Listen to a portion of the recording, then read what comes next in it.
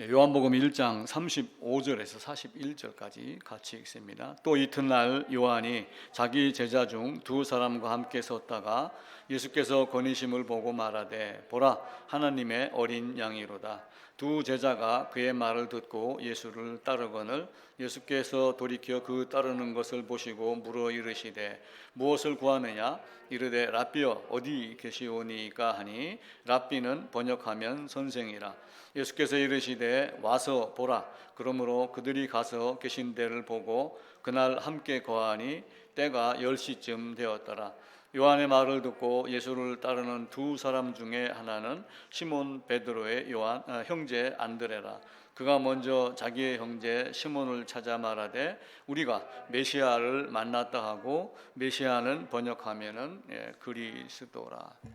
우리가 예수 우리 왕이여 찬양할 때 왕이신 예수여 이렇게 하셨듯이 그리스도의 삼중직 왕, 선지자 그리고 제사장. 그래서 그리스도는 메시아이고 메시아를 번역하면은 그리스도이며 그 메시아가 하나님 왕을 지칭하는 또 호칭이며 이렇게 해서 한 분 하나님 이 땅에 오신 아들의 위격으로 오신 예수 그리스도를 말씀을 합니다.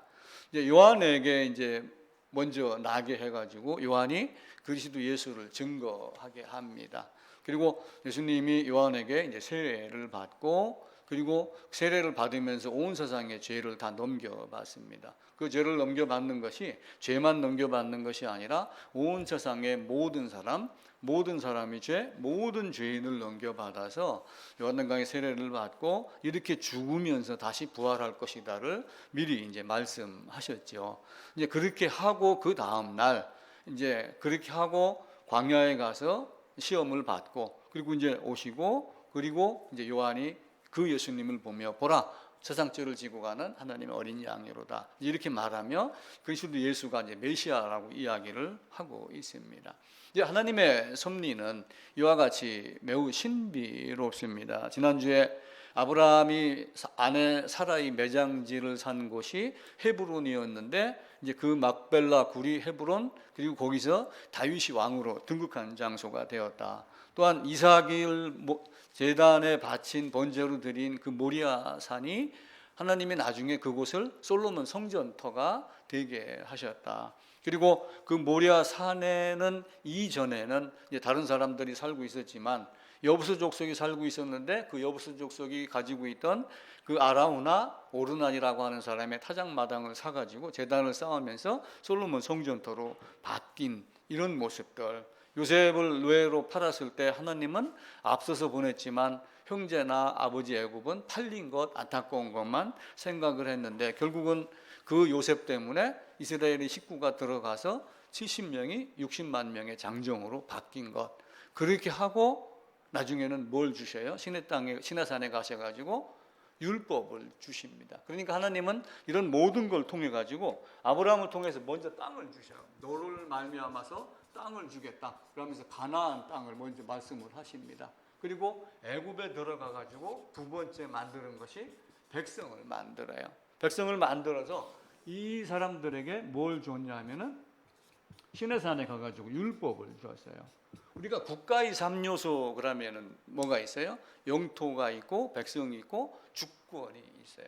그거하고 똑같습니다. 그래서 하나님의 나라는 영토의 개념을 벗어나서 하나님이 주관하는 것. 하나님의 나라는 내가 하나님의 말씀에 순종하는가 안 하는가의 문제이지 하나님의 나라가 여기 있다 저기 있다가 아니라 너희 마음에 있다는 얘기는 사실 그런 의미로 받아집니다. 그래서 하나님의 나라를 우리가 이야기할 때 어렵습니다. 오는 것이 하나님 나라인가? 하나님 나라가 통치할 때가 언제 오지? 새 예루살렘에 대한 이야기를 하지만 지금 여기서 하나님 나라가 이루어졌다는 얘기는 내가 하나님의 주권자, 하나님의 법을 제정하신 하나님에게 그 말씀에 내가 순종하며 살았느냐 살지 않았느냐에 따라서 하나님 나라가 내게 이루어졌느냐 이루어지지 않았느냐가 결정이 됩니다. 그러니까 에덴의 아담은 하나님 나라의 하나님 주권을 사실은 거부를 한 거예요. 나는 당신의 통치를 받기 싫습니다. 내가 그 자리에 가서 통치하는 자가 되고 싶습니다. 이렇게 했던 것이 아담의 범죄가 됩니다. 또한 대속이나 이런 많은 신비도 우리는 대신 대속이라고 이야기를 하고 있고 나는 세례교인이야 이렇게 이야기를 하지만 그 세례가 성경이 얘기한 세례와 달라요. 우리는 세례교인을 많이 이야기를 하죠. 그러면서 나는 세례교인이야? 나는 언제 세례 받았어? 나는 유아 세례까지 받았어? 그리고 나는 입교해서 지금 세례교인이야? 투표권도 있어? 이렇게 이야기를 하지만 예수님은 나는 받을 세례가 있으니 내가 받을 세례를 너희가 받겠느냐? 이렇게 하며 십자가의 세례를 말씀을 하셔요. 근데 그 십자가의 세례가 깨달아졌을 때 내가 세례 받으면 무슨 꺼림이 있겠느냐라고 하는 그 우리가 얘기하는 의식의 세례가 이루어져야지 되는데 지금은 약간의 교육을 받고 문답을 몇 번 하고 믿습니까? 믿습니다. 구체적으로 영접합니까? 영접합니다. 이 말의 세례를 받는 것은 진정한 세례가 아니라고 생각을 해요. 물론 그 세례 의식 때문에 더 믿음이 깊어져가는 단계가 될 수는 있지만 궁극적인 진리에 도달한 것은 아닙니다. 그래서 하나님이 예수님이 말씀하신 내가 받을 세례를 너희가 받을 수 있겠느냐라고 묻는 그 세례 안에 들어가는 그 믿음이 우리 모두에게 있어야지 됩니다. 오늘부터 당분간 이 네 가지를 가지고 말씀을 드릴게요. 성경 말씀에 키포인트가 있는데 네 가지다. 처음에는 뭐예요? 하나님이 누구인가? 메시아가 누구인가? 그리스도가 누구인가? 이걸 먼저 아는 거예요. 우리가 이제 물론 하나님은 창조주의다라고 하며 창조에 대한 이야기를 쭉 해나가고 그러죠. 그런데 이 네 가지 중에 하나님은 누구인가? 그리스도가 누구인가? 이걸 다 알아요. 그래서 성경학자들도 초대의 교부들도 성경 전체를 정리를 하면서 제일 먼저 했던 것이 신론이라고 하면 하나님에 대한 말씀을 해요. 신에 대한 어떤 학문으로 이걸 정리를 한 걸 가지고 신론. 그 다음에 이제 인간에 대한 이야기를 해요. 하나님이 계시는데 결국은 뭐야? 심판주예요. 그 하나님 심판주 거룩하신 하나님을 바라보니까 나는 어떤 존재가 돼요? 나는 죄인에 불과하다, 비참한 존재에 불과하다라고 하는 걸 깨닫는 거예요. 그래서 키포인트 네 가지 중에 첫 번째 하나님은 누구냐, 그리스도인은 누구냐, 그리스도는 누구냐 이런 것들을 좀 우리가 한번 생각을 한번 해보고 두 번째로는 인간의 상태, 죄가 무언가, 내가 정말 죄인인가? 나는 왜 죄인이 되었는가? 그러고 그 죄로 인한 비참함은 어떤 것이 있었을까라고 하는 것들을 우리는 이미 다 듣고 말하고 성경에 기록되어 있기 때문에 알고 있습니다. 그러면은 어떻게 돼요? 내가 하나님이 계심을 알고 인간론을 알지만 내가 죄인이며 비참함을 알아요. 그럼 비참함을 해결할 수가 있나요? 해결할 수 있는 재주가 없어요. 그러니까 누가 필요해요? 그리스도가 필요하구나. 속죄를 할 수 있는 구속자, 구원자가 필요하다. 그래서 오늘 읽었던 본문에 메시아, 우리를 구원하실 그리스도, 기름 부음 받은 자. 그러니까 기름 부음 받은 자는 어떤 직분에 대한 임명을 한 거예요. 그래서 너는 그리스도다, 구속할 수 있는 그런 임무를 부여한 것으로 하나님이 삼위 하나님이 아들의 위격으로 성육신하여 이 땅에 오셔서 하시는 거예요. 그럼 이제 인간이 할 일은 뭐예요? 믿음이라고 하는 거죠. 하나님 압니다. 인간은 비참함 알아요. 그럼 그리스도 예수 오심을 압니다. 그런데 영접했습니다. 이것이 아니라 네 번째는 정말 처절하게 내가 이것과 이것을 다 가지고 그리스도로 말미암아 죄에서 의로 되는 과정을 철저하게 깨달아야지 됩니다. 그런데 이 깨달음은 내가 생각하는 방법이 아니라 하나님이 정하신 방법이에요. 우리는 이 땅에 교회가 많이 있습니다. 벌써 노아 대홍수 때 인구가 70억이냐 100몇 억이냐 우리가 계산을 한번 해봤잖아요. 근데 왜 겨우 8명이었을까? 그 복음을 깨닫는 것이 정말 어렵기 때문에 그렇습니다. 그리고 인간이 해야 될 일 네 번째에서는 뭐가 있냐면 하나님은 영원전에 예정을 했어요. 영원전에 계획을 했어요. 근데 계획은 하나님이 일방적으로 한 거예요. 하나님의 주권이에요. 근데 성취할 때는 어떻게 해요? 여기서 인간이 그걸 바라보고 왜 그렇게 하는가라고 맞장구를 치는, 하나님의 계획이지만 인간의 책임이 있어서 일방적이지만 쌍방적으로 살려주세요라고 하는 것이 있는 거예요. 인간은 아무 능력이 없습니다. 어제 그제 혹시 뉴스 보셨는지 모르겠어요. 스포츠 뉴스에 보면은 미국에서 어느 수영 선수지요. 그 수중 발레를 하는 친구인데 여성이더라고요. 수중 발레에 들어가서 물속에 들어가서 숨을 참고 뭐 이렇게 연기를 한 거예요. 그러니까 거꾸로 해갖고 이제 발로 뭐 연기를 하고 그러고 땅 끝났는데 이 양반이 그대로 물로 추르르 가 빠졌어요. 졸도를 해가지고 숨을 오랫동안 안 쉬니까. 근데 이제 코치가 옆에 있다가 보고 이상함을 느끼고 딱 들어가서 건져내는 장면이 뉴스에 나왔어요. 딱 건져내면서 이제 끄집어내가지고 새끼손가락에 있는 여기를 확 누르더라고요. 그러면서 그 코치가 하는 말이 여기를 누르면 엄청 아픈데 거의 인간에게 굉장히 큰 자극을 준대요. 따끔할 정도로 정신을 바짝 차린다고 합니다. 끄집어내면서 여기를 꽉 눌러갖고 재채기하게 하고 이제 숨을 쉬게 하는. 물에 빠졌는데 빠져나올 능력이 자기에게 없는 거예요. 그 사람의 예를 보더라도 우리 인간은 죄악에서 스스로 빠져나갈 능력이 있어요, 없어요? 나는 할 수 있다? 없다? 우리는 율법주의라는 것이 있어요. 율법주의는 뭐예요? 율법과 율법주의는 달라요. 율법은 지켜야지 돼요. 율법을 지켜야지 구원받아요. 율법을 지키면 구원이 됩니다. 왜 그래요? 어떻게 율법이 의로는 구원받을 자가 없고 율법의 행위로 구원받을 자 없다고 그랬는데 왜 율법을 지켜야지 구원받아요? 율법에서 뭘 가르쳐요? 첫 번째, 죄인임을 가르쳐요. 그죠? 너는 죄다. 두 번째는 뭐예요? 죄인만 가르치면 어떻게 해요? 죄에서 건짐받는 의인이 되는 방법을 가르쳐요. 율법으로. 그런데 율법주의가 있는 거예요. 율법주의. 이 율법주의는 이 방법을 따라하는 것이 아니라 나는 이걸 했기 때문에 구원받을 수 있어. 이렇게 하는 게 율법주의란 말이에요. 그래서 율법은 정말 좋은 거예요. 근데 율법주의가 나쁜 거예요. 그러니까 로마서나 갈라디아에서 사도 바울이 율법 행위로 의로움 받을 자 없어라고 하는 것은 그 사람들에게 뭘 얘기를 하냐면 너 율법주의가 아니라 온전한 율법을 지켜라 그 얘기예요. 온전한 율법을 지키면 어떻게 해요? 온전한 율법을 들여다보면 하나님이 이런 방법으로 너를 구원하시기를 원했어 라고 하는 그 방법에 나를 맞추는 거예요. 성경을 주신 목적은 뭐예요? 그리스도가 누구인가? 성경을 보고 생명을 얻는 것을 가르치는 거예요. 오늘 읽었던 본문대로 메시아 번역하면은 그리스도다. 그리스도는 누군가? 우리의 구원자다, 구속자다 라고 하는 것 첫 번째 알아야지 됩니다.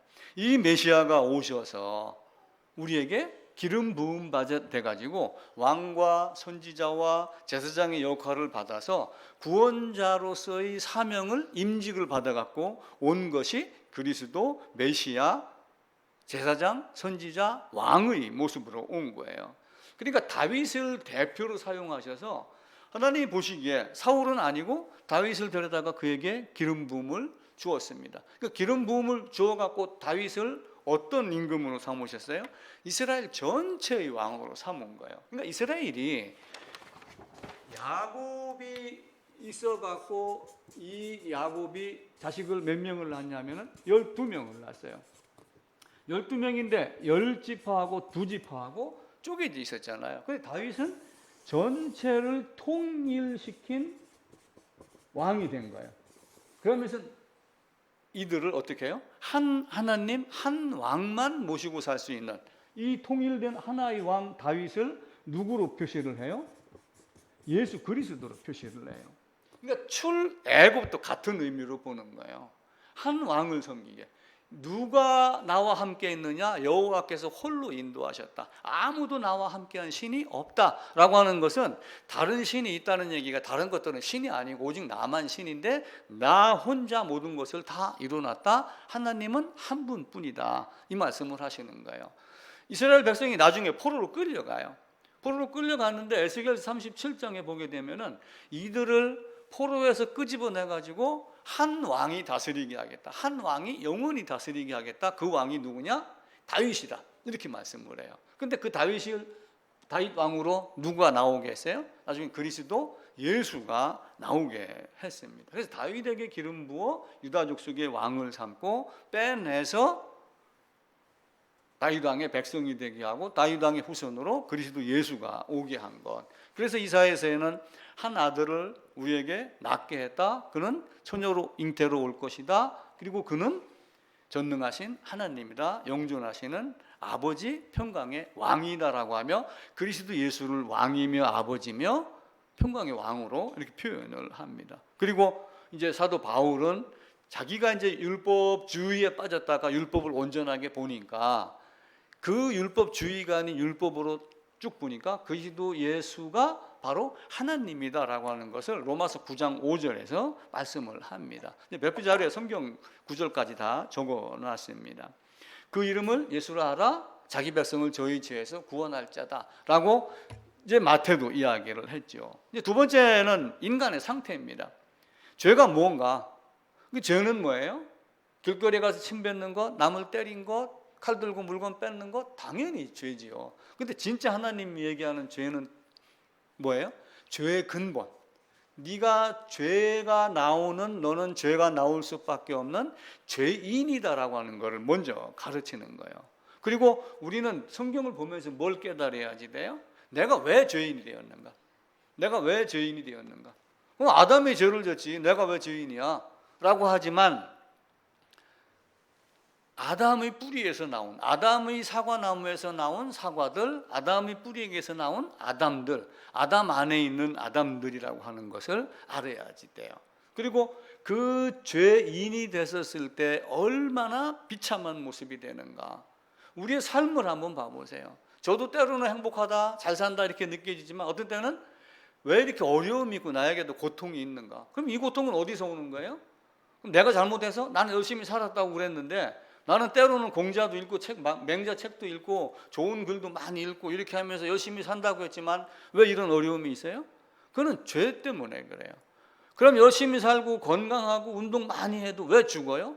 죄인이기 때문에 죽는 거예요. 반드시 죽는다 했기 때문에 죽는 거예요. 그래서 모든 것의 근원을 거슬러 올라가면은 에덴 안에 있는 에덴이 아담까지 아담의 죄가 나의 죄라고 하는 것이 연결이 됩니다. 첫 아담의 대표성이에요.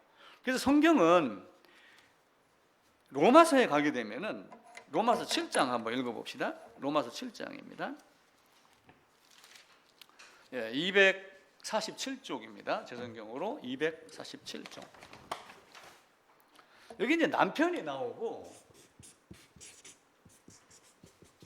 여인이 나옵니다. 이제 아내가 나오는 거죠. 이제 이때 당시에는 지금하고는 상황이 달라요. 남편이 있는 여인이라고 하며 생전 평생 남편 생전까지 죽기 이전까지는 남편에게 매인받았다라고 하는 거예요. 그러니까 고대 당시 원시 시대의 그때 당시에 이 상황을 보여야지 되는 거예요. 그때 당시에 지금의 여성이 들으면 기분이 나쁘겠지만 실제는 여기는 왕 같은 존재였고 여기는 종과 같은 존재로 살았던 거예요. 사람의 숫자로 잘 치지도 않았던 이런 대접을 받았어요. 그러니까 남편이 아내가 있어요. 아내가 있으면 내가 설령 기분이 나빠갖고 서로 등을 졌다 할지라도 내가 이혼 증서를 내주지 않으면 다른 데 가서 살 수 없는 그런 사람 취급을 안 받는, 그러면서 이 여인의 힘으로 요 남편이 손하기 위해서 전혀 벗어날 수 없는 존재, 그때 당시 노예와 같은 존재, 이 상황을 놓고 지금 남편이 있는 여인이 그 남편이 죽기 전까지는 매여서 스스로 빠져나올 수가 없다. 그러면서 누구를 가리켜요? 사탄을 가리키는 거예요. 사탄, 그리고 사탄에게 매여 있는 아담의 후손들, 죄인. 그럼 어떻게 해요? 죽으면, 사탄이 죽으면 빠져나오겠죠. 그래서 히브리서에서는 뭐라고 얘기해요? 죽음으로 말미암아 사탄을 멸하는 예수님의 십자가가 그 역할을 하게 되는 거예요. 예수님의 십자가로 말미암아 사탄이, 남편이 죽어지는 역할을 하는 거예요. 만약에 내가 여기서 죽어요. 죽으면 병으로 죽었어요. 죽으면 내 아내다 이렇게 주장하겠어요? 내 옆에 있는 여자 내 종이었다 이렇게 주장하겠어요?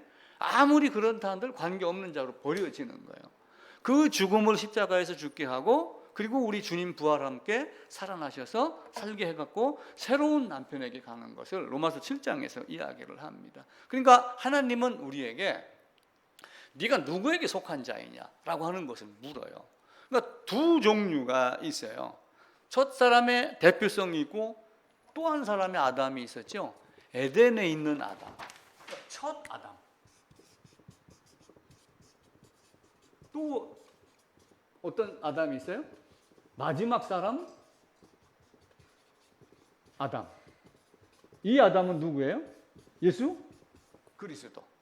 여기는 죄를 지은 아담, 여기는 의를 갖고 오신 아담. 요 둘 중에 있는 거예요. 그러니까 모든 인류는 다 어디에 속해 있어요? 모든 인류. 이 안에 다 있는 거예요. 이 남편이 사탄에게 유혹을 받은 이 남편에게 다 속한 자인데 죽거나 했을 경우에만 빠져나오게 만드는 것. 두 번째 아담이 와가지고 모든 것을 다 해결해 놨다. 세상을 동물, 식물 두 개로 나눕니다. 예를 들어 동물만 딱 구분하면 어떻게 돼요? 짐승하고 사람밖에 없어요. 근데 사람을 두 사람으로 하면은 두 종류로 나누면 남자하고 여자.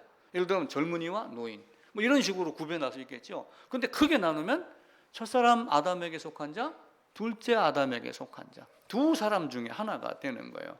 첫 아담과 마지막 사람 아담.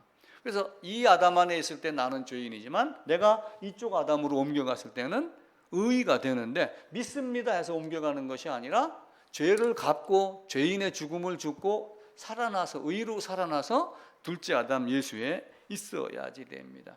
사과나무에서 사과가 열려요. 악은 어디에서 나와요? 악은 사무엘상 24장에 보면 악은 악인에게서 나온다라고 합니다. 그럼 내가 범죄하는 이유는 뭐예요? 내가 죽는 이유는 뭐예요? 이 아담이 반드시 죽으리라 했기 때문에 죽는 존재밖에 안 됩니다. 그런데 사람들이 이제 나름 알량한 마음을 갖고 사는 거예요. 나도 율법을 지켜. 나는 착하게 살았잖아. 나는 법 없이도 살 수 있는 사람이야. 옛날 어른들 보면 그런 얘기도 저 친구는 진짜 법 없이도 사는 사람이야. 근데 왜 그렇게 해서? 이런 얘기들 많이 해요. 어떤 사건이 얼마 전에도 무슨 사건이 일어났었잖아요. 왜 법 없이도 살 만한 사람을 데려갔습니까? 신문 기사에 보니까 그렇게 나왔더라고요. 왜 법 없이도 살 만한 이런 사람들을 데려갔습니까? 하며 안타까운 모습을 갖고 있는 거예요.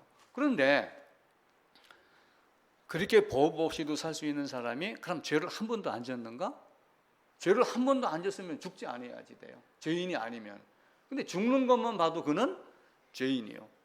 자, 야고보서에 가게 되면은 누구든지 온 율법을 지키다가 하나라도 거스르면, 하나라도 범죄를 하면은 모든 걸 범한 자가 된다고 이야기를 해요. 그러면서 살인하지 아니하였어도 간음하면, 간음하지 아니하였어도 살인하면, 온 율법을 다 지키다가 한 가지를 범하면 모든 것이 범한 자가 된다. 그렇게 이야기를 해요. 그러니까 호세아서에 가게 되면 율법을 10,000가지로 줬는데 이 10,000가지 율법 중에 10,000가지입니다. 9,999가지 다 지켰어요. 근데 한 개를 잘못했어. 그래도 너는 뭐라고 그래? 죄인이라고 이야기를 하는 거예요. 완전하게 흠이 없는 것이 거룩한 거예요. 그 거룩함 안에 들어가도록 만들었어요. 그래서 내가 착하다, 잘 살았다, 의롭다 많이 한다 한들 그거는 세상에서 하는 이야기고 다른 사람과 견주어 봐서 조금 더 낫다라고 하는 것이지 하나님께 도전한 범죄인의 모습은 용서받을 수가 없습니다. 죄의 삭은 사망이에요. 이사야서 59장 말씀을 계속 드리죠. 너의 죄악이 나와 너와 하나님 사이를 갈라놓았다. 그럼 인간의 힘으로 그걸 이을 수 있어요, 없어요? 이을 수 없으니까 나왔던 단어가 뭐라고 그랬어요? 릴리전이라고 해서 종교라고 그랬죠. 릴리전 있다. 그 이어진 간격을 우리는 이제 이렇게 그림으로 표현을 해요. 이제 만화 뭐 또 이렇게 전도하면서 이렇게 있는데 여기는 큰 구렁이 있어서 여기는 사망이고 여기는 생명이다. 근데 우리는 건너갈 수가 없는데 예수님의 십자가가 다 해놨기 때문에 우리는 믿음으로 건너가면 된다. 이렇게 가르쳐요. 말은 맞는데 사실은 틀린 거예요. 왜 그래요? 이 예수님의 죽음 안에서 부활하심과 같이 건너가야지 바라보고 믿습니다라고 하는 그분이 걸어간 것을 믿는 건 아니에요. 그걸 믿지만 하나님의 방법은 뭐예요? 네가 거기에 있었느냐라고 하는 걸 묻는 거예요. 그게 대신 대속인데 대신 대속 안에 뭐가 있어야 돼요? 연합이라고 하는 개념이 있는 거예요. 구약에서도 제물의 머리 안수하며 뭘 넘겨준다고 그래요? 모든 죄와 모든 불의를 넘겨준다고 되어 있는데 그 말을 파헤치면은 나를 재물 안으로 넘겨줘서 재물에 목이 잘리고 재물이 칼에 찔리고 하는 그 당시에 나의 목이 잘리고 내가 그 창에 찔린 것 같은 그 모습을 갖게 하는 거예요. 그러면 죄의 비참함은 어떤 거예요? 만약에 그게 해결되지 않았어요. 해결되지 않냐고 많은 사람들이 여기서 믿습니다 했는데 가보니까 그거 말고 너 연합된 적 있어? 너 진짜 죽었어? 만약에 이렇게 물었을 때 아니로 나는 그런 거 모르고 그냥 세례 받았습니다 이렇게 갔었을 때 하나님의 심판에 의해서 이루어지는 비참함은 어떤 거겠어요? 계시록에 가면은 유황불 이야기를 해요. 그 불은 이사야서 한번 찾아봅시다. 이사야서 47장입니다.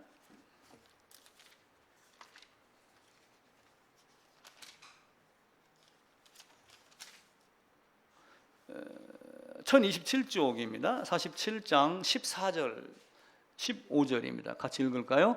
보라, 그들은 초계 같아서 불에 타리니 그 불꽃의 세력에서 스스로 구원하지 못할 것이라. 이 불은 덮게 할 숯불이 아니요 그 앞에 앉을 만한 불도 아니라. 부자와 거지 나사로에 대한 이야기도 나오잖아요. 그 불구덩이에서 뜨거워가지고 고통 중에 있는데 거기서 누구를 바라봐요? 아브라함의 품에 앉은 나사로를 보면서 하나님, 아버지 아브라함이요, 나사로 손가락 끝에다가 물 한 방울을 묻혀갖고 이리 건너와서 내 혀를 서늘하게 하소서. 물 한 방울이 무슨 서늘하게 할 수 있어요? 오죽 답답하면 그렇게 얘기를 했겠어요. 근데 갈 수 없다, 오고 갈 수 없다. 그러니까 어떻게 해요? 그러면 나사로를 우리 형제들에게 보내가지고 여기 못 오게 하세요. 내가 잘못 살았습니다 이렇게 얘기를 하니까 아브라함의 대답이 뭐예요? 나사로가 살아서 간다고 해서 되는 것이 아니고 하나님이 주신 말씀이 있다. 선지자와 율법이 주신 그 말씀이 아니면은 깨달을 수 없다. 이렇게 딱 잘라 이야기를 합니다. 신약성경 마가복음 9장에 가면은 거기는 구더기도 죽지 않고 불도 꺼지지 않는다. 사람마다 불로서 소금 치듯 한다. 프라이팬 빨갛게 달궈 놓고 소금 한번 얹어봐 보세요. 어떻게 돼요? 다다다다 튀죠. 그 모습이라는 거예요. 이제 그걸로 나중에 훗날의 모습을 그 고통스럽게 표현을 한 겁니다. 이 불꽃에 그 부자가 얼마나 힘들었겠어요. 여기 큰 구렁텅이가 있어서 오고 가고 할 수 없다. 하나님 말씀, 율법주의가 아니라 율법이어야지 된다. 모세와 선지자들이 있으니 그들에게 들을지니라. 나사로 얘기하는 것 아니에요. 우리는 어떻게 해요? 일반적으로 누구에게 가니까 어디 가니까 뭐 능력 받았다 어쨌다 이런 얘기들을 많이 하지만 그런 거 아무것도 아니고 요한복음 5장에 가면은 모세가 나에 대해서 기록하였으니, 그럼 모세가 나에 대해서 기록하였으니라고 하니까 예수님에 대해서 모세가 기록한 성경은 어디까지예요? 창세기, 출애굽기, 레위기, 민수기, 신명기, 모세 오경이란 말이에요. 모세 오경 안에 예수님에 대한 것이 다 기록이 다 돼 있는 거예요. 그걸 가지고 이스라엘 역사를 살아내면서 메시아를 바라봤는데 그 메시아를 잘못 바라본 거예요. 그냥 믿습니다. 율법주의다. 이렇게 이야기를 해야죠.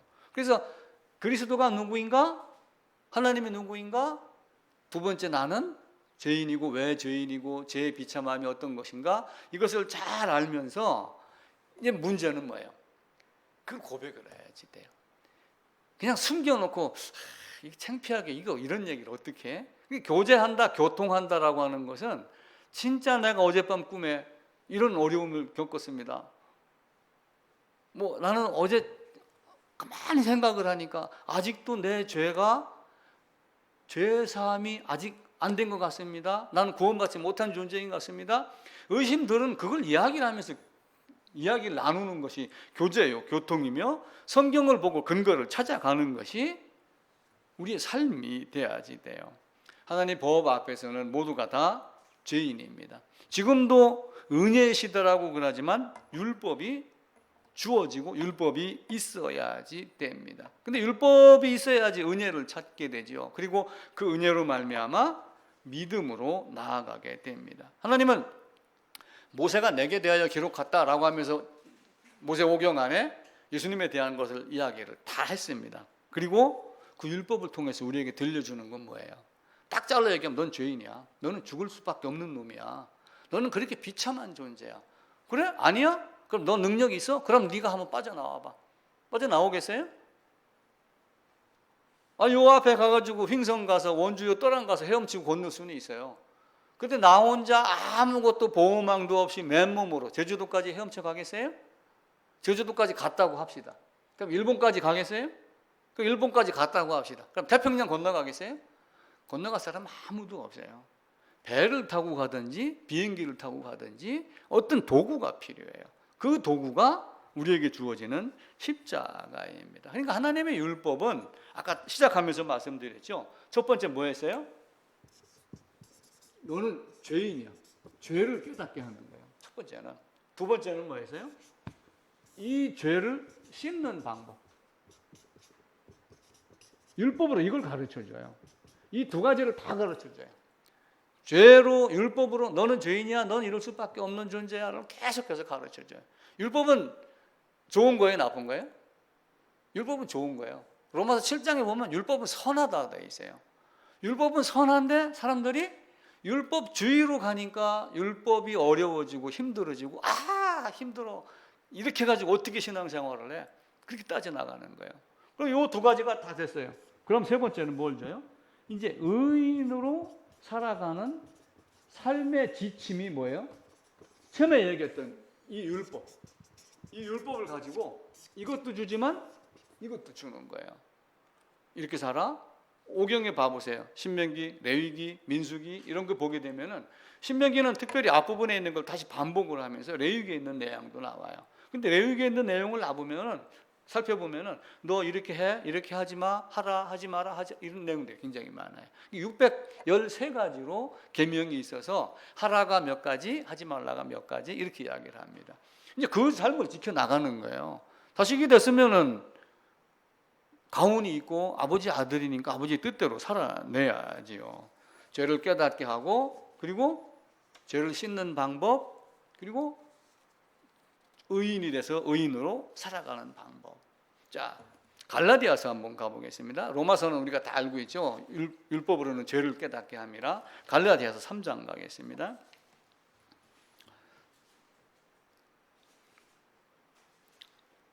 3장 19절입니다. 305쪽이네요. 3장 19절 읽읍시다. 그런즉 율법은 무엇이냐? 범법함으로 더하여진 것이라. 율법은 무엇이냐? 범법함으로 더하여진 것이다. 그러니까 죄를 더하여졌다는 얘기는 무슨 뜻이냐면은 네가 죄를 범한 너에게 죄를 범한 자에게 어떤 기준이 있는가를 제시한 것이다. 그게 율법이다. 그런 의미예요. 율법이 뭐냐? 범법함으로 더하여진 것이다. 너는 어떤 기준이 없으니까 네가 죄인인지 아닌지 모르지만 네가 죄를 지은 것 옆에다가 어떤 기준을 갖다 놓고 이 기준하고 빗대어 봤을 때 너는 죄가 죄로 드러나게 하는 것이 율법이다. 그 이야기를 하는 거예요. 또 디모데전서 한번 가볼게요. 디모데전서 337쪽입니다.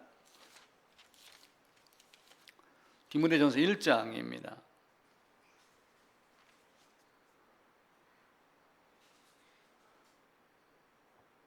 8절부터 9절, 10절까지입니다.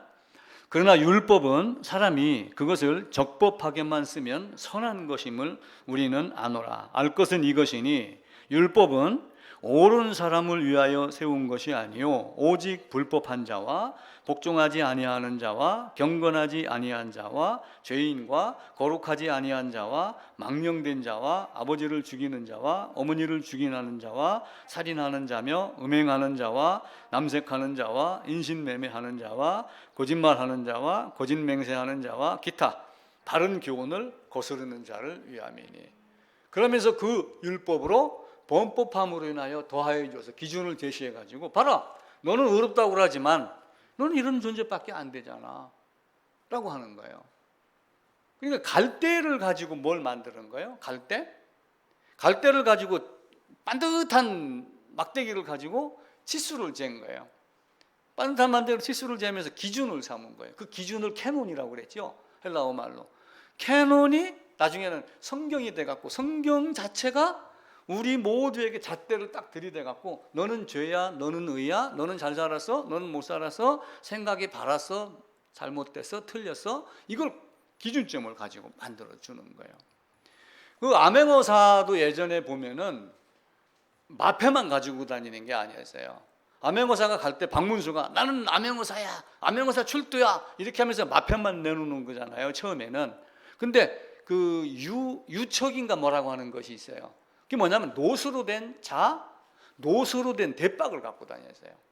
노수로 된 대박을 갖고 다니면서 장사치들이 대박 크기를 줄인단 말이에요. 여러분 혹시 그 시장에 가서 그런 거 못 느꼈어요? 가끔 보면은 대박의 크기는 똑같아요. 근데 이게 두꺼워 가지고 안에가 조그만 것도 있고 약간 넓은 것도 있고 그래요. 처음에는 겉 대박만 보고 많이 담을 줄 알았는데 대박 안에가 조금밖에 안 되는 게 두꺼워 가지고 쏙잖아요. 옛날에 그런 경우들이 많이 있었던 거예요. 그래서 그 노릇은 햇빛이나 온도나 이런 거에 의해서 늘어나거나 줄어들지 않고 나무와 같이 쉽게 잘라서 조립하지 않는 이런 상태이기 때문에 노수로 딱 조립된 것을 딱 갖다 놓고 기준점으로 삼아서 네가 지금 자로, 네가 지금 대박으로 잰 것이 기준에 맞느냐 안 맞느냐를 기준점을 갖고 한 거예요. 그러니까 마패가 사실은 그런 것들을 갖고 있죠. 그러니까 이걸 갖다 대니까 바울이 어떻게 해요? 나는 죄인 중에 괴수다. 15절 봅니다. 13절부터 볼게요. 내가 전에는 비방자요 박해자요 폭행자였으나 도리어 긍휼을 입은 것은 내가 믿지 아니할 때 알지 못하고 행하였습니다. 우리 주의 은혜가 그리스도 예수 안에 있는 믿음과 사랑과 함께 넘치도록 풍성하였도다. 미쁘다. 모든 사람이 받을 만한 이 말이요 그리스도 예수께서 죄인을 구원하시려고 세상에 임하셨다 하였도다. 죄인 중에 내가 괴수니라.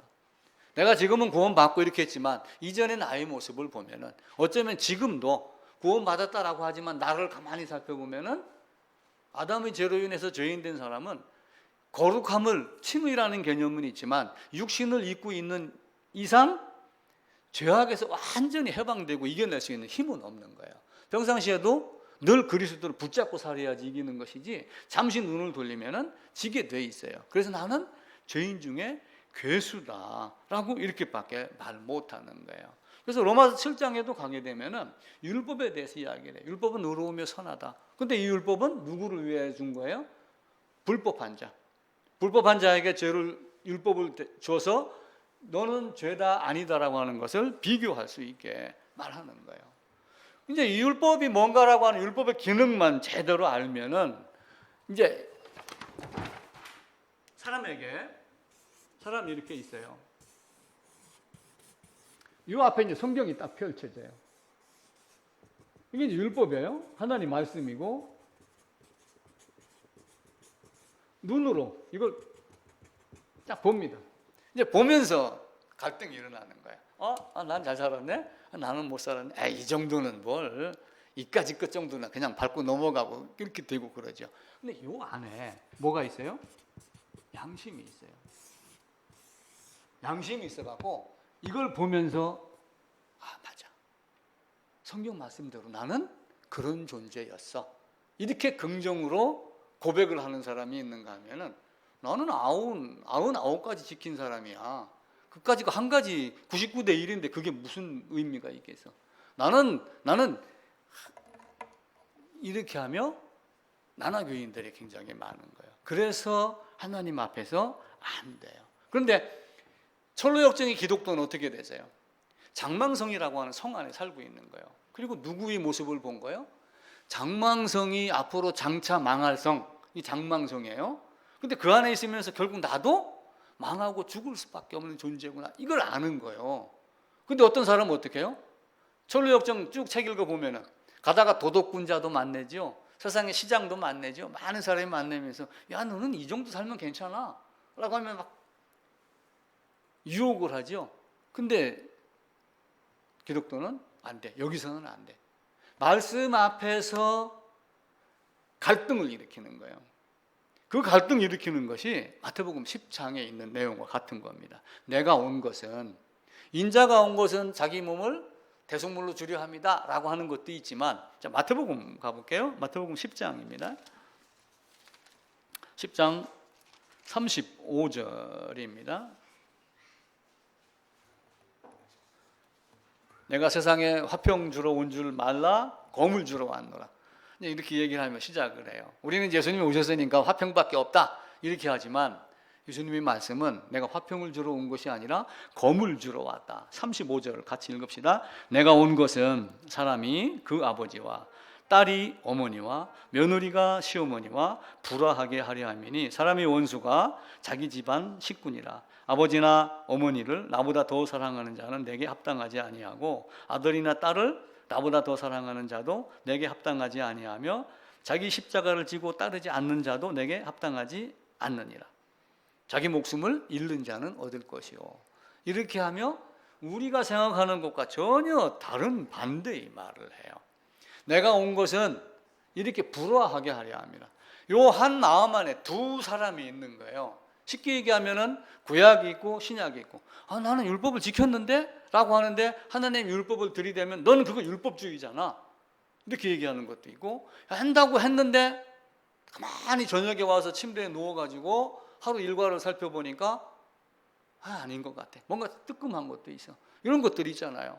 서로 갈등을 일으키는 거예요. 그 갈등을 일으키면서 유대인 갈등 일으켰어요, 안 일으켰어요? 사도 바울도 갈등을 일으킨 거예요. 저 봐보세요. 사도 바울은 바리새인이잖아요. 나는 열심히 살았어. 나는 저 이상하게 죽은 저 인간 믿는 사람을 죽이기까지 하면서 난 하나님을 따르는 사람이야 라고 갈등을 이렇게 당당했지만 다메섹 가는 도중에 빛이 비추면서 나는 네가 핍박한 예수야 라고 하는 그 말에 그는 눈이 어두워진 거예요. 그러다가 아나니아가 와서 안수하면서 눈이 밝고, 아나니아가 안수했다고 해가지고 머리에 손 얹고 하는 안수의 개념으로 보시면 안 돼요. 하나님의 말씀을 아나니아가 와서 풀어주고 이야기를 해가지고 말씀에 눈이 떴다. 그래서 눈에 비늘 같은 것이 벗겨졌다 이렇게 보여야 되지, 이해하지 못했던 것을 깨달았다고 보여야 되지, 그냥 안수했다 이렇게 되는 게 아니에요. 그러니까 우리는 이게 이제 이 안수라고 하는 개념을 잘못 사용하고 있는 것들이 너무 많아요. 예수님의 어머니하고 형 동생들이 왔어요. 제자들이 가고 당신의 어머니하고 왔습니다. 제자들이 동생들이 왔습니다. 그때 예수님이 뭐라고 그랬어요? 누가 내 어머님이요? 그러면서 하나님의 뜻대로 하나님 말씀대로 살지 않는 자는 내 형제의 자매가 아니다 이렇게 말씀을 하죠. 그러니까 이제 그 말을 하고 또 12살 됐을 때 성전에 올라갔는데 잠시 빠져나가 가지고 예수님이 성전에서 제사장들과 대화를 주고받으면서 이야기를 해요. 그러니까 12살짜리가 이야기를 하는데 자기들보다 월등하거든. 이 사람들은 율법주의를 얘기를 했는데 우리 예수님은 율법을 얘기를 한 거예요. 그러니까 깜짝 놀라면서 그 지혜가 이렇게 놀라고 있는데, 나중에 모친이 잃어버린 줄 알고 3일길 가가지고 다시 보고 나서 왜 여기 있느냐? 그러니까 예수님이 뭐라고 그랬어요? 내가 아버지 집에 있어야지 되는데 그거 몰랐습니까? 이렇게 묻는 거예요. 그런데 마리아는 어떻게 한 거예요? 그 말을 이상히 여기면서도 그냥 마음에는 둔 거예요. 그 나중에 포도주 할 때도 어떻게 했어요? 어렸을 때 포도주 할 때, 나중에 더 성장하여 이제는 공생에 들어가며 물 포도주 할 때 아직 내 때가 아니야 이 이야기를 했었을 때도 예수 어머니는 깜짝 놀래고 그랬죠. 마음속에 다 이걸 다 두고 있는 거예요. 근데 사실은 처녀를 잉태하여 아들 낳을 거라 자기 마음속에 듣고 있었던 거예요. 그리고 내가 어떻게 잉태가 돼? 나 같은 사람이 어떻게 하나님의 말씀을 받아들일 수 있어? 라고 하는 거예요. 이게 우리는 감옥에 가면 다 나쁜 놈들이라고 얘기를 하잖아요. 근데 그 아우슈비츠라고 하는 이제 유대인들 수용소에 가가지고 그 살아난 사람들이 쓴 기록이 있어요. 거기에 보면은 그 악한 환경 속에서 사람들이 다 악할 줄 아는데 그렇게 고통이 있고 악한 환경이 딱 닥치니까 악한 존재가 의외로 선한 것이 드러나고 선한 것으로만 알았는데 악한 존재로 바뀌는 이상한 모습을 본 거예요. 그게 이제 책으로 나온 것도 있어요.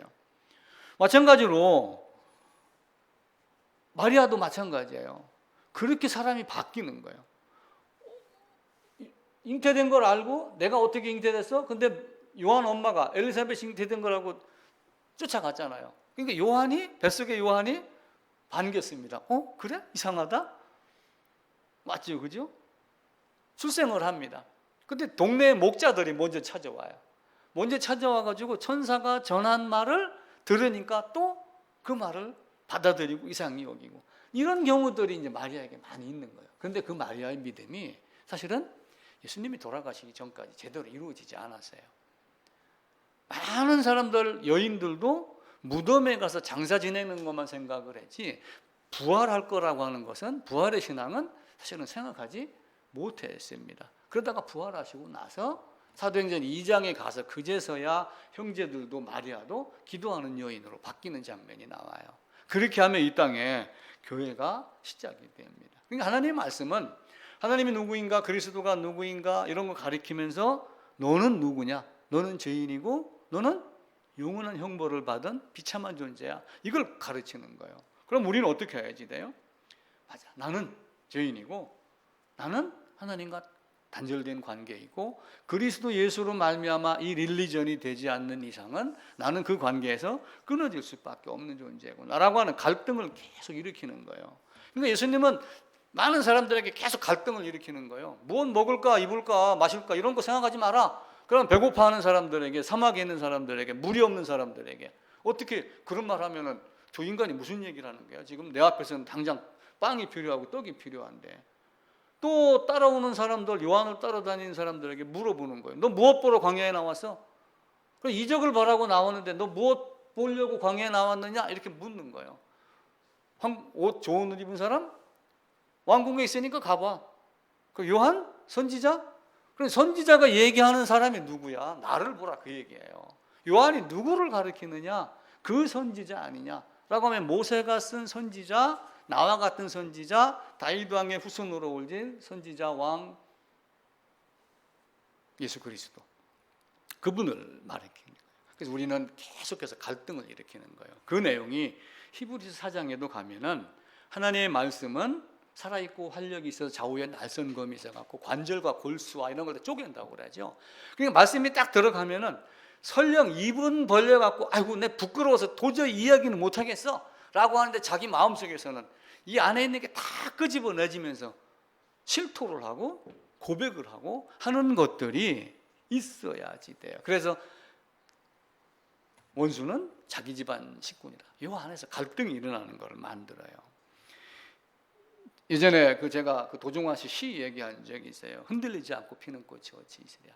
흔들리지 않고 피는 꽃은 없다. 바람이 불으면 오히려 그 부는 바람 때문에 뿌리가 더 깊게 내려간다라고 하죠. 아무것도 모르는 감각도 없는 나무가 이렇게 있는데 여기가 바닷물이에요. 여기가 바다. 여기에 나무가 하나가 이렇게 있어요. 제가 퀴즈 한번 냈었죠. 이 뿌리가 어디로 향할까요? 이렇게 1번, 이렇게 2번. 미물인, 감각이 없는, 생각이 없는 나무도 뿌리가 염분으로 가지 아니하고 이렇게 갑니다. 산에 가서 유심히 한번 봐보세요. 나무 가지가 어느 쪽으로 많이 뻗어 있는가? 태양이에요. 그쪽으로 기울고 그쪽으로 가지가 많고 그쪽으로 잎사귀가 많아요.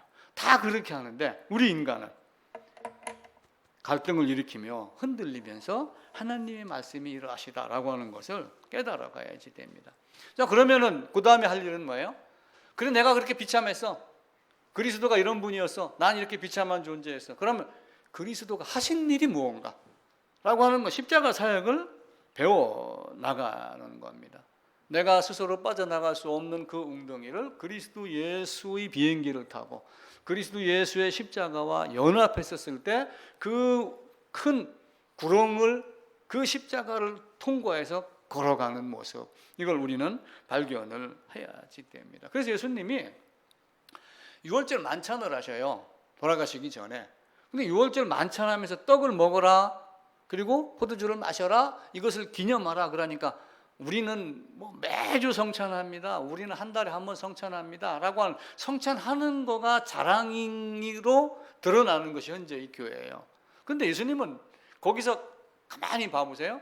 떡을 먹으라 라고 하면서 떡 자체를 내가 먹으라고, 동참하라고 얘기하는 거예요. 그러면서 거기에서 가르치는 것은 유월절을 가르치는 것이지 유월절에 동원된 떡과 포도주를 가르치는 거예요. 유월절에 동원된 제물의 몸과 제물이 흘린 피를 이야기를 하는 거예요. 근데 이 피와 이 살을 너도 먹고 마시지 아니하면 나와 관계가 없는 자다 라고 하며 요한복음 6장에서는 또 말씀을 하죠. 그렇게 연합되어 가고 동참되어 가는 것, 이걸 말씀을 합니다.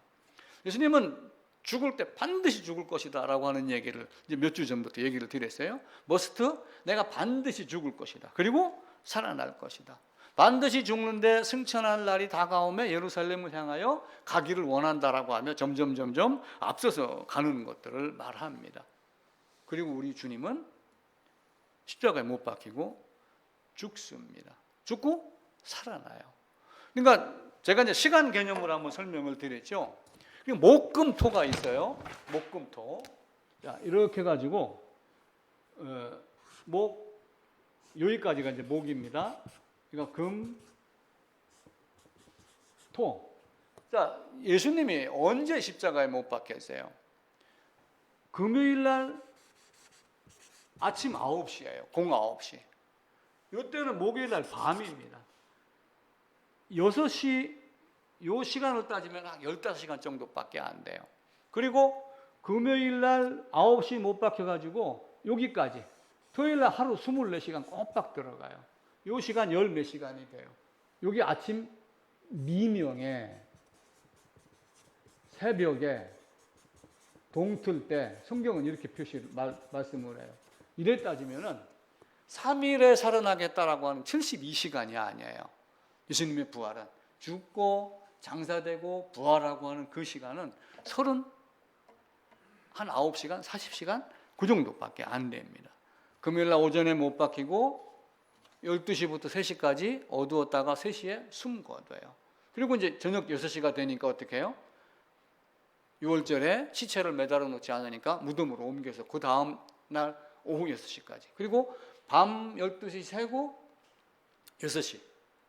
혹 3시부터 6시까지. 이렇게 따지면은 길어봐야 39시간 정도 만에 우리 주님이 부활을 합니다. 자, 여기를 정리를 하면은 기본적인 4가지. 하나님이 누구인가? 그리스도가 누구인가? 그리고 두 번째, 왜 내가 죄인인가? 라고 하는 것. 그리고 그리스도가 와서 하신 일이 무언가?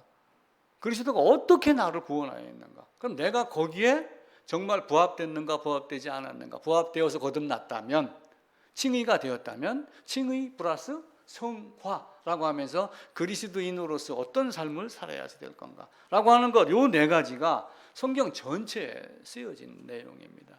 그래서 요 4가지를 꼭 마음속에다 간직을 하고, 다시 말씀드리면 하나님이 누구인가? 그리스도가 누구인가? 삼위일체 하나님 개념 꼭 기억을 하시고, 그리고 하나님 나라에 하나님이 말씀하시는 법을 어긴 나는 죄인이며 그 죄인이 갈 곳은 영원한 형벌이며 비참하며 부자 나사로를 통해서 부자와 거지 나사로를 통해서 그 어려움을 또 소금치듯 하던, 거기는 구더기도 죽지 않고 라고 하는 그 비참함을 말씀을 한 거예요. 그러면서 그리스도가 이제 와서 하신 일이 무언가라고 하는 것. 3번째, 그리고 내가 진짜 거듭났다면 나는 진짜 변했는가? 변하지 않았는가? 라고 하는 것. 그냥 그리스도인의 흉내를 내면서 대충 이렇게 살아가는 건가? 정말 그리스도인으로서의 목숨 걸고 그 삶을 살아낼 건가? 지금은 우리는 몰라요. 왜 아버지와 아들이, 그죠? 딸이 어머니와 막 이런 갈등을 일으키고 그렇게 할까요? 그 당시에는 예수 믿으면 어떻게 하세요? 예수 믿으면 죽인다 하고 쫓겨나고, 아리마대 사람 요셉, 니고데모 어땠어요? 니고데모 예수님 만나고 나서 자기를 드러냈어요? 자기 잘 드러내지 않았어요. 딱 예수님 변호한 거 한 번이에요. 요셉, 유대인들이 두려워서 자기를 숨겼어요. 그렇게 살았던 거예요. 자칫 잘못하면 순교당하고 매 맞고 그럽니다. 갈등이 생기는 거예요. 이 상황에서 난 어떻게 할 건가? 근데 지금은 어떻게 해요? 그런 순교 없이도 매맞음 없이도 온전하게 자기 신앙을 지킬 수 있는 환경이 지금은 돼 있단 말이에요. 그러니까 당당하게 우리는 말할 수 있죠. 내 삶을 열심히 살면서. 그래서 우리는 하나님 앞에서 바른 삶, 하나님이 누구인가? 그리스도가 누구인가? 그리고 내가 누구인가? 나는 죄인이며 나의 비참함이 어떤 건가? 이 비참함을 건지기 위해서 예수 그리스도가 이 땅에 오셔서 하신 일이 무엇인가? 내가 거듭났다면 나는 어떤 삶을 살아야지 되는가? 이 네 가지를 우리 일생에 꼭 지침으로 삼고 성경을 보면서도 꼭 그것을 보기를 원합니다. 예수님이 말씀하시기를 모세가 내게 대하여 기록하였다라고 이미 말씀하셨기 때문에 모세오경만 제대로 알면은 예수님에 대해서 다 배운 겁니다. 그 나머지는 모세가 가르친 예수님, 모세가 가르친 구세주, 모세가 가르친 하나님의 율법, 모세가 가르친 하나님의 사랑을 가지고 출애굽 판자로 살 거냐, 잡족으로 따라 나온 잡족으로 살 거냐라고 하는 것. 출애굽해서 따라 나온 사람들 중에도 거듭난 자 중에도 세상을 이기지 못하고 쓰러졌다가 넘어졌다가 다시 일으켰다 회복됐다 이런 상황들이 많이 있잖아요. 말라기 같은 거 봐보세요. 하나님은 언제 우리를 사랑해서 이렇게 덤볐지만 나중에는 그리스도로 말미암아. 신약의 시대도 그런 것들이 많이 있습니다. 그러니까 우리가 더 마음 다잡고 하나님의 율법에 충실한 그런 분들이 되기를 기도합니다.